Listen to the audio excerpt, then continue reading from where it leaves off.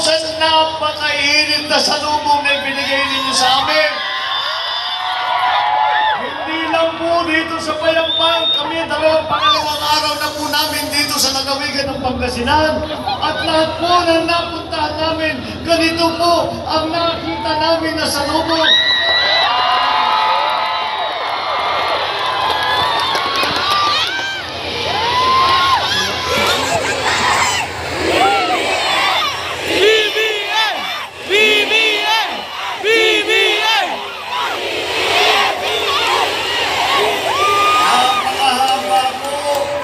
Ang aming dinaanan sa aming mga naging motorcade at ipinagmamalaki ko sa aking mga kasamahan.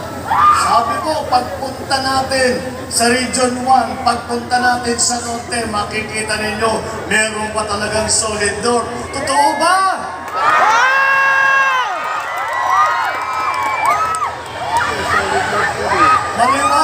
Maliwanag na buhay ang solid door para sa Uniteam, para sa Tambalang Marcos at saka Duterte. Nakakataba po ng puso ng mga lahat. At alam ko po, na marami po, at yung iba po, kahit na matagal na gantay, nakabilang sa araw, ay nandun pa rin nag-aantay po para sa mga ating mga pangayam at ating makita. Ngayon lamang, pagdaan namin sa motorcade, nakita ko yung mga dalaga, humihiyaw. Sigaw ng sigaw. Sabi ko talaga naman, akala nila, wala na, may asin pa. Akala ko para sa akin. Pagdaan ko din, sa tanong ka agad, sabi, nasaan si Sandro?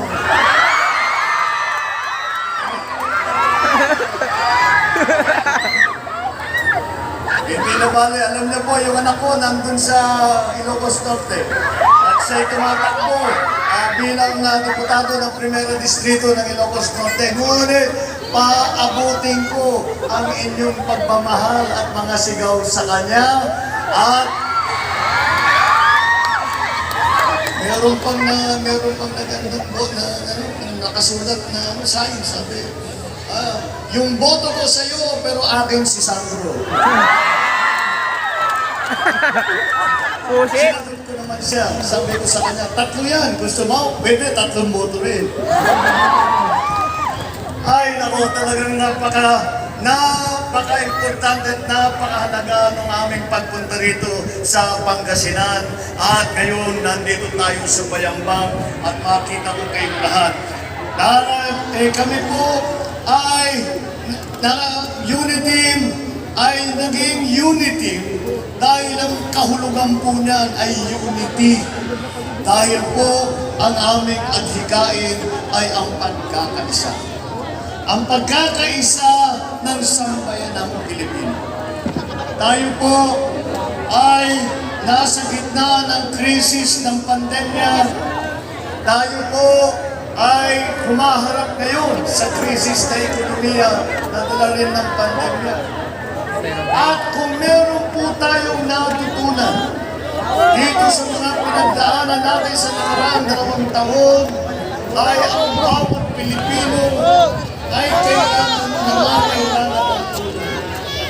At alam naman po namin, kahit siyong Pilipino, kahit siyong pinakasikat, hanggang yung pangkaraniwang mamamayan, yung pinakamayaman, hanggang sa pinakamahirap, yung mula sa Pangulo, hanggang sa pinakapangkaraniwang mamamayan, ay nangangailangan ng tulong.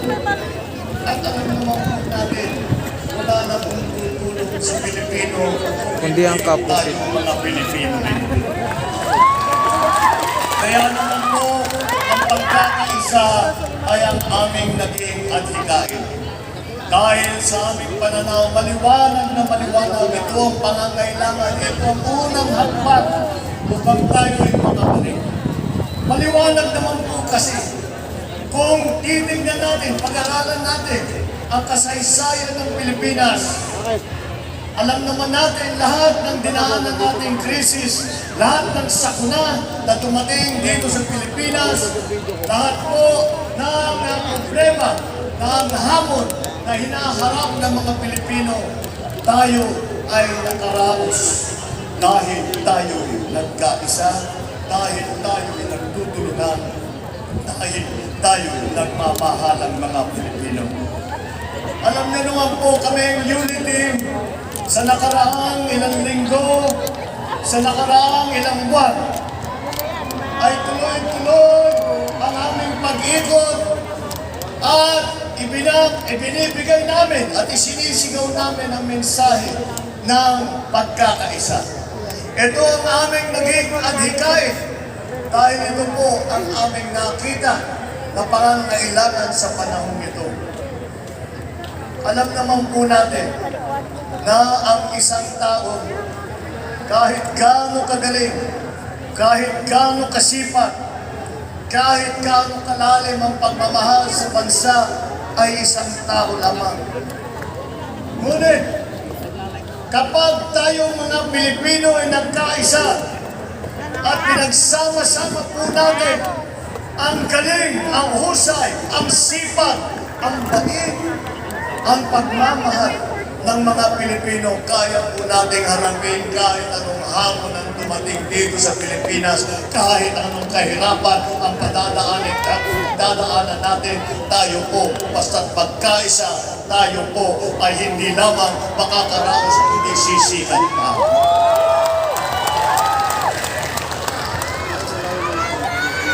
Marami po tayong gagawin. Narinig nyo yung ibang mga pinag-usapan ng ating mga senador. Narinig nyo po si Inday Sara na pinag-usapan niya ang mga problema na hinaharap natin. At ito po ay marami-rami.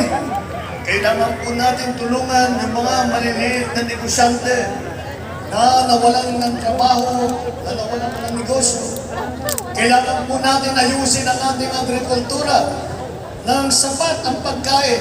Dahil nakita po natin ang pandemya, biglang nagkulang ang pagkain natin dahil hindi tayo makapag-import. Kailangan po natin buhayin ulit ang industriya ng turismo para magkatrabaho, para naman may pagmalaki natin ulit ang ating napakagandang bansa. Kailangan po natin ituloy ang programa ng infrastruktura na sinimulan ng aking ama, tinuloy ni Pangulong Duterte sa Build, Build, Build. At ito po ay dadagdagan po natin at palalawakan natin pa. Isasama na po natin dyan yung tinatawag na digital infrastructure, yung internet natin po. Dahil ang internet naging bahagi na ng lahat ng buhay natin. Kailangan po natin pagandahin ang ating sistema ng edukasyon, suportahan ang ating mga guro.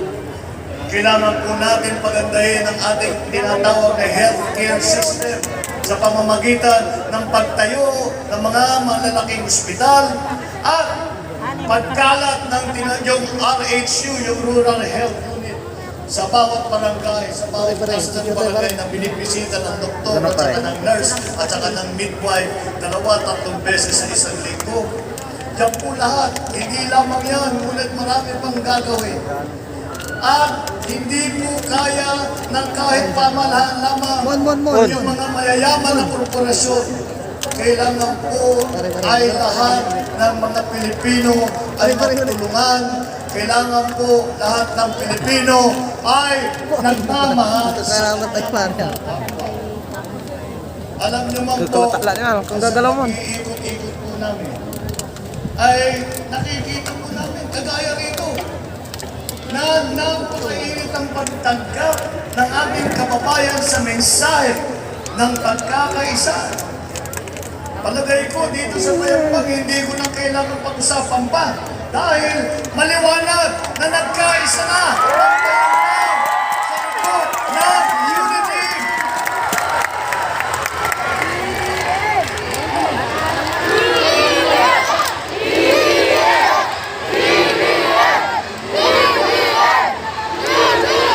Mainit po ang pagtanggap ng ating kababayan sa usapang pagkakaisa. pagkakaisa. Unang-una po, ang tambalan ng Marcos at saka Duterte ay napakagandang simbolo ng pagsasama at pagkakaisa. Kung ang isang kagaya ko na galing Norte at ang isang kagaya ni Inday Sara na nasa Davao sa Mindanao, dalawang nanggaling sa magkabilang dako ng buong Pilipinas ay kayang magsama, kaya rin naman siguro natin ipagkaisa ang buong Pilipinas. At ina po, ang ating mga senador, sila po ay nanggaling sa iba't ibang mga partido. Ngunit, para sa Pilipino, para sa Pilipinas, kami po lahat ay nagsanib puwersa upang lahat po ng kailangan tugunan na problema, lahat ng solusyon na kailangan dalhin sa taong bayan ay aming gagawin. Walang tigil po ang magiging trabaho namin dahil dyan para sa paganda ng buhay ng bawat mamamayang Pilipino para sa paganda ng ating pinamahal na Pilipinas.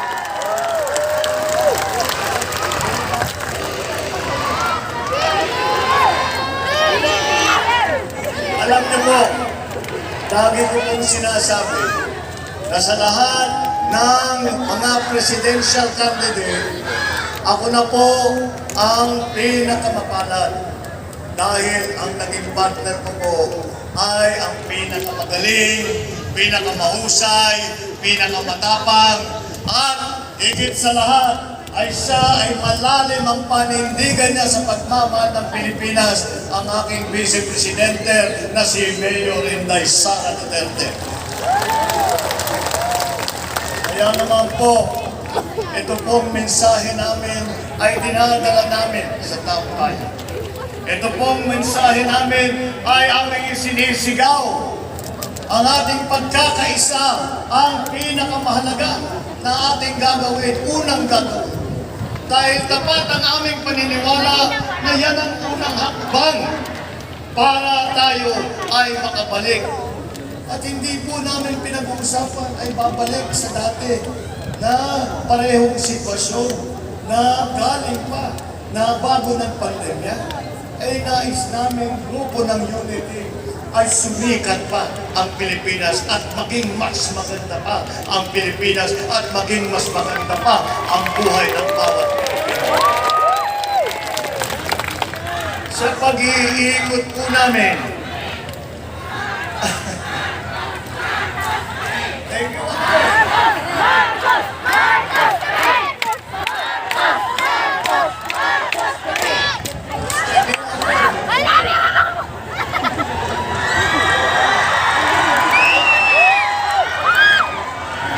Naman pagka yung mga kabataan ay kasama sa usapan ng pamahalaan at sa kinabukasan ay talagang makikita natin na we can see that they bring new blood, new energy. Yan po ang kailangan natin.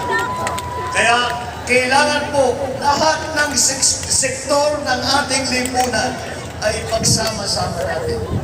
Yan po ang aming adhikan. Yan po ang aming dinadalang mensahe sa taong bayan. At alam po ninyo na ang ating mga kababayan ay mainit ang pagtanggap sa mensahe niya. Dahil na naman, hindi naman siguro tayo dapat magtaka. Dahil naman, nasa ugali ng Pilipino ang maging mapagmahal. Ang Pilipino po ay hindi pala away. Ang Pilipino hindi naghahanap ng gulo. Simple lang ang Pinoy. Naghahanap lang na magkaroon ng dissenting buhay. Yun lamang po. Kaya naman po, kapag pinag-uusapan namin ang pagkakaisa, ay naririnig namin ang sagot na nanggagaling sa lahat ng Pilipinas.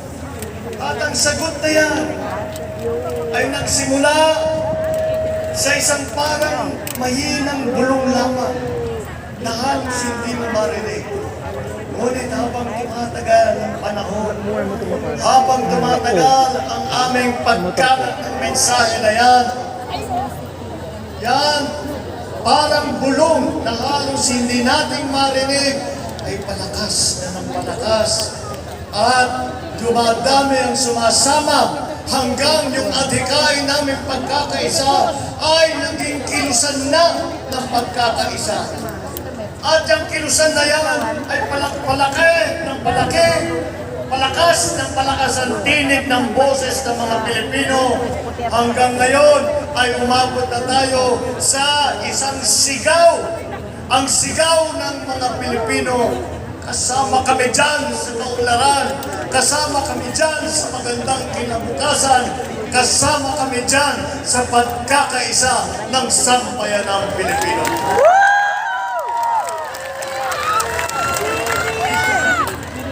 Kaya po, ito po ang aming dala ngayon ay hindi lamang adhikain ng unity, kung hindi ay isang kilusan ng pagkakaisa na sa buong madla, sa buong Pilipinas. Ito po ay patuloy po natin. Alalahanin po natin itong gabi na ito dito sa Bayambang, dito sa lalawigan ng Pangasinan. Na dito natin sinimulan ang kilusan ng pagkakaisa at dito natin nasimulan na ikalat ang mensahe ng pagkakaisa ng lahat ng Pilipino. Huwag po tayong titigil sa ating ginagawa. Huwag tayong titigil sa ating mga pagsakripisyo at pagtrabaho para ipagpatuloy itong kilusan na ito. Para ipagpatibay sa puso ng bawat Pilipino na dapat ang pagkakaisa ay ang unang hakbang sa pagpaganda ng buhay ng bawat mamamayang Pilipino. Ipagpatuloy po natin ito at mararamdaman po natin na kapag talagang nagsanib puwersa na ang ating mga kababayan, gaganda ang buhay, gaganda ang Pilipinas, at sisikat tayo muli at haharap tayo sa buong mundo. At muli tayo magmamalaki na tayo, ito, mga Pilipino, tignan ninyo kami. Kami ay nagkaisa, kami ay humarap sa lahat ng kahirapan. Kami ay sumikat, hindi lamang nakaraos, kundi sumikat. At isisigaw natin muli hanggat marinig sa lahat ng buong mundo. At ang ating magiging sigaw ay, ako ay Pilipino, taas mo Kahit kanino!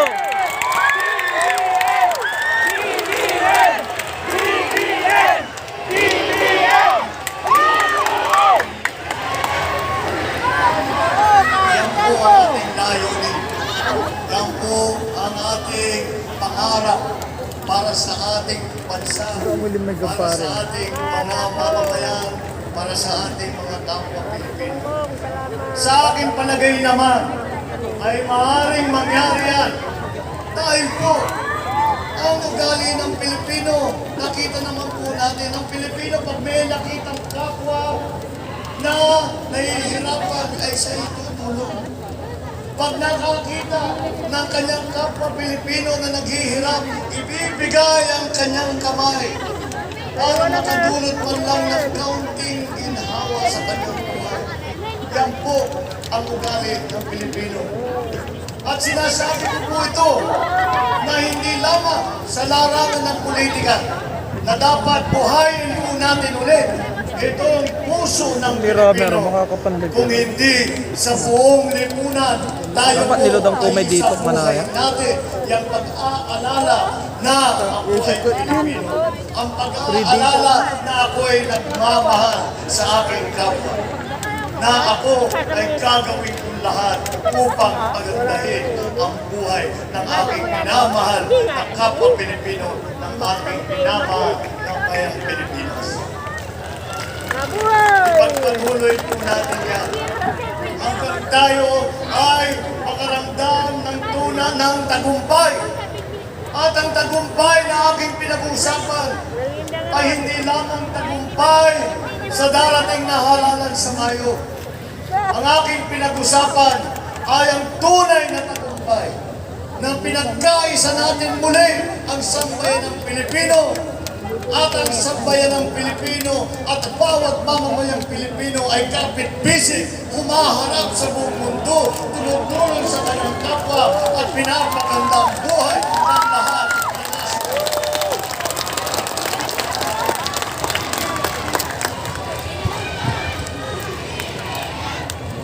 Yan po ang aming hangarin. Yan po ang aming layunin. Ang unity po, ang pagkakaisa. Kaya ipagpatuloy po natin ang ating nasimulahan. Tulungan po natin lahat ng bawat isa. Tulungan po natin ang bansang Pilipinas. At magsama po tayo humaharap at ibigay natin ang lahat ng ating kakayahan upang makamtan natin yang ating hangarin, yang ating pangarap ng pagkakaisa. At kapag natin nagawa yan, tayo po ay makakaramdam na sa wakas, na sama-sama tayong babangon muli. Magandang gabi po sa inyo lahat. Mabuhay ang bayambang. Mabuhay ang panawigan ng Pangasinan. Mabuhay ang Pilipinas.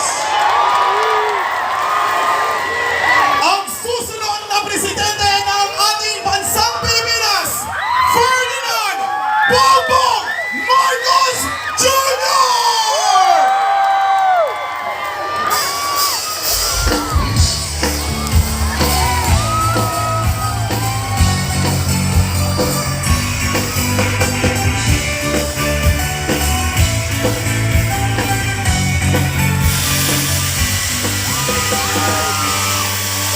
May bagong silang, may bago ng buhay.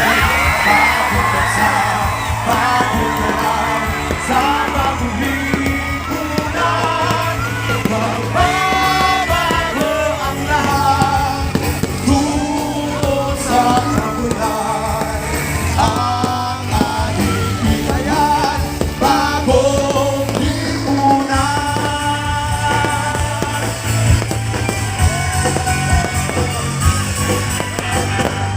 Ang kabilang maliw ng ganap at tumipas ng magdamag. Madaling araw ay nagdiriwang, may umagang namasdan. Ngunit di ang pag-asa sa umagang anong ganda.